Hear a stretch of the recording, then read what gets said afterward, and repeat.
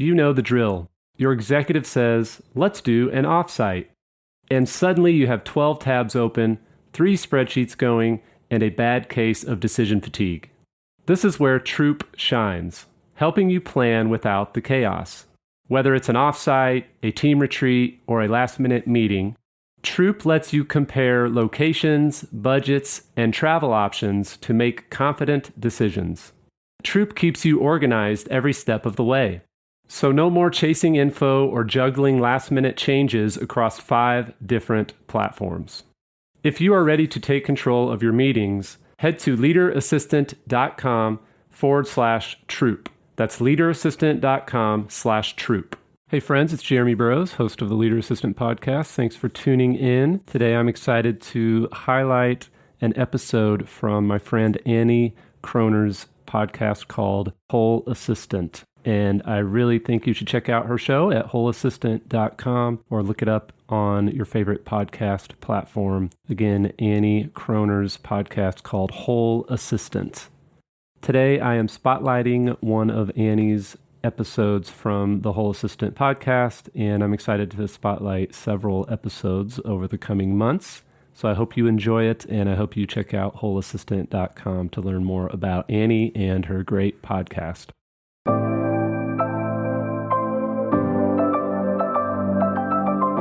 The Leader Assistant podcast exists to encourage and challenge assistants to become confident, game-changing leader assistants.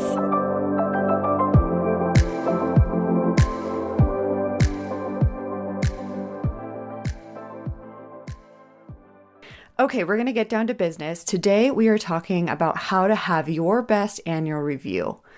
So I know that for a lot of us, annual reviews are a box you check.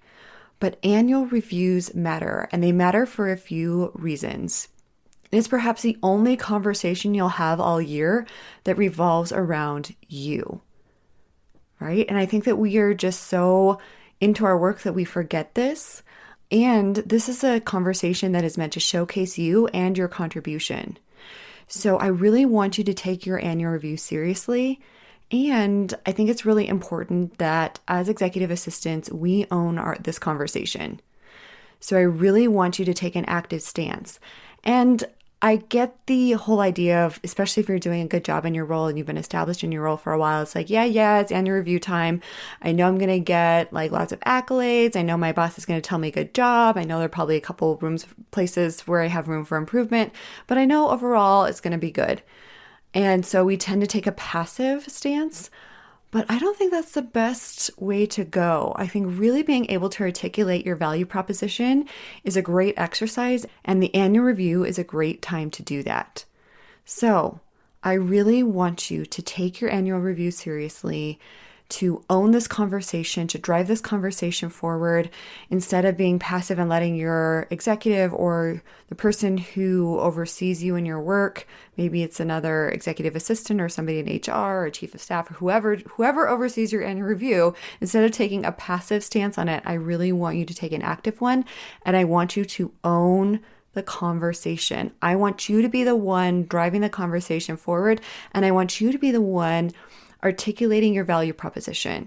And the first kind of strategy I have to share with you guys on how to do this is to come prepared with a document outlining your value proposition, or maybe even slides. I don't know. I love the idea of format. We're going to get to that in a minute, but your value proposition should consist of your standard operating procedures, like everything you do and how you do it.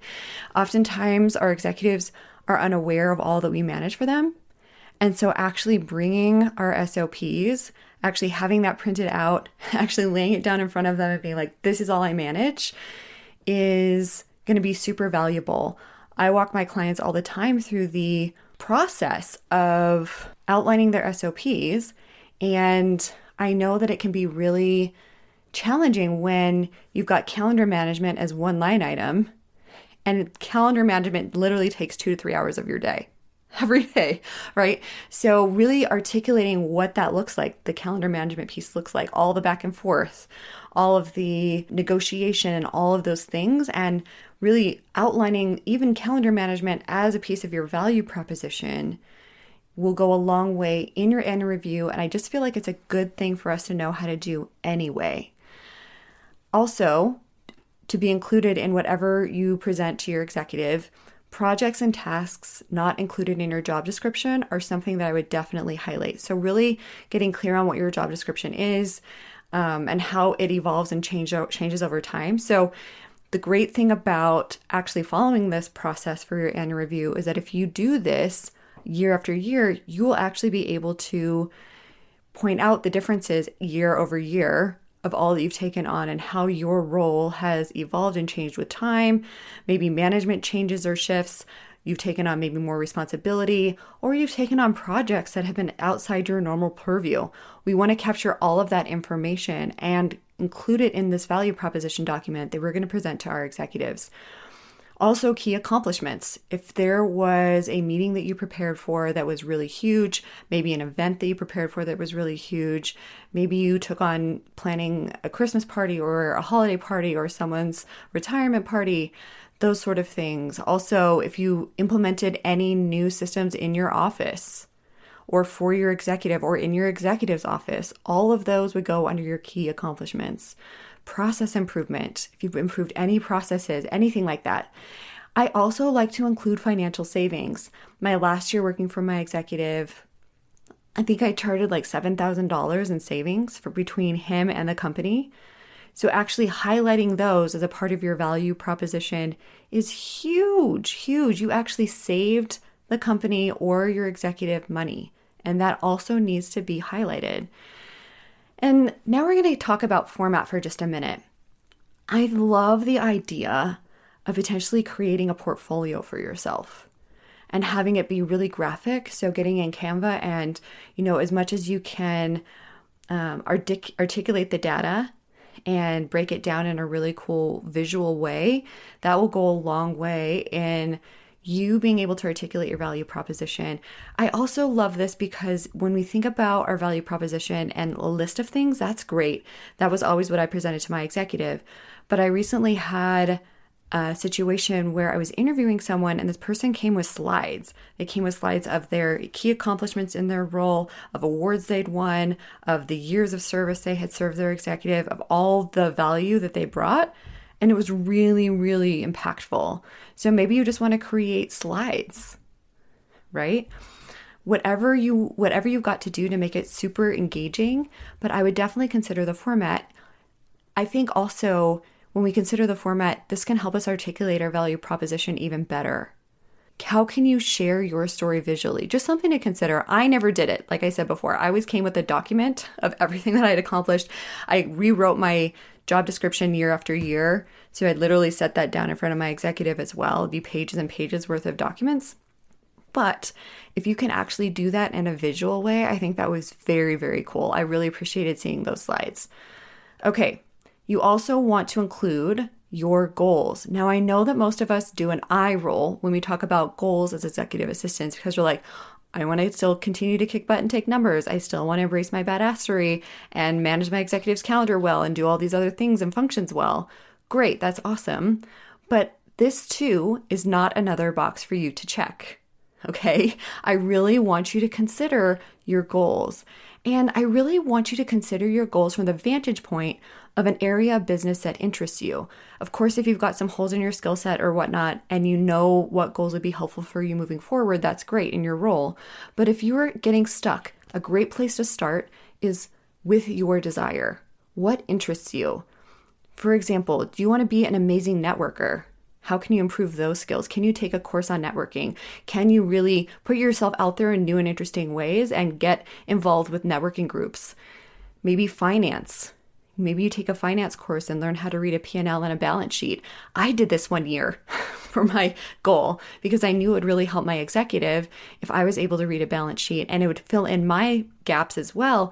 I also just wanted to know as a life skill how to read a P&L and a balance sheet and what the basis for those documents are. Also, project management is another thing you may consider. I also took a project management certification through Cornell University, and it was several courses, and I learned a lot But project management can be another area. And I did all of that because I really wanted to, first of all, have a framework. At the time, my executive was very detail oriented and he was very structured in his thinking. So I felt like if I had a structure around those things, that would really help me show up more strategically for him and also like only grow and expand my knowledge and my skill set. And then also consider how you can support your executive's goals as well. Are you holding consistent strategic planning sessions with your executive? Do you want to hold consistent strategic planning sessions with your executive? So I'm a big fan of holding these strategic planning sessions. These sessions are not your weekly check-in, but they are set aside on your executive's calendar, on your calendar as strategy time. And even if you have to go off-site, go grab lunch somewhere or do something that will allow your executive to focus better, these sessions can be hugely, hugely helpful in strategically aligning with your executive and their goals. And I also have a strategic planning session guide on how to actually plan your strategic planning session with your executive from soup to nuts. Really, it's a really extensive guide. I include questions in there that you can ask and you can, of course, add to and take away from that list. But it's a very, very helpful guide in getting you started in holding these consistent strategic planning sessions with your executive. And I believe I linked to it down in the show notes below. So please sign up and get that guide. And also know that I also include other strategies via email on how to strategically align with your executive when you sign up for the guide. So that's something to consider as a goal for you for this upcoming year or season. Another one is, are there processes in your workflows that can be improved? So just be thinking about your standard operating procedures and look at your workflows and see how they can potentially be improved. And then last but not least, I do think that it's very helpful to come with questions to ask your executive, like around your performance, around how they feel that the relationship is going between you guys, around where they see themselves in the future. So you can kind of have a mini strategic planning session. I don't want to make the focus of this annual review that though. I want to make the focus of the annual review you, because it is so, so rare, but it never can hurt to ask how they feel the state of the union is, okay? So that is what I have for you guys today. Let's not be passive with our annual reviews. Let's take an active role when it comes to our annual reviews and really, really own them. This is a unique thing. This is the only time of year where we get to highlight our unique value proposition. And it is a great exercise to prepare for these. And it is a great exercise to execute on them. So that is what I have for you guys today. I hope you find it helpful. Please tune in next week where I will share how to ask for a salary bump or raise, which is another thing that I would encourage you to consider for your annual review too. What type of money do you want to make for this upcoming year? What type of salary bump would you like to ask for? And I'm going to share how to ask for it in the next episode. So I hope you found this episode helpful. Be intentional, be whole. That is all for now.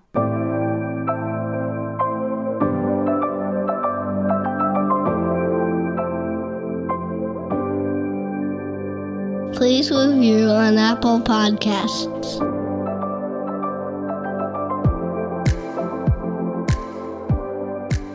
GoBulls.com. The ping-pong back-and-forth game of manually scheduling meetings is unnecessary and inefficient in today's automated world.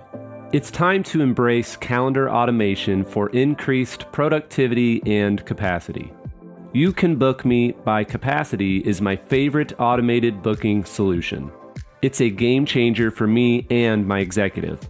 You can manage scheduling for your entire executive team, send automated reminders, add buffer time between appointments, and much more. You Can Book Me integrates with your existing Microsoft and Google calendars so you can add automation without disrupting your current workflow. Go to leaderassistant.com/calendar to learn more and sign up for a free trial of this powerful scheduling automation tool. That's leaderassistant.com/calendar.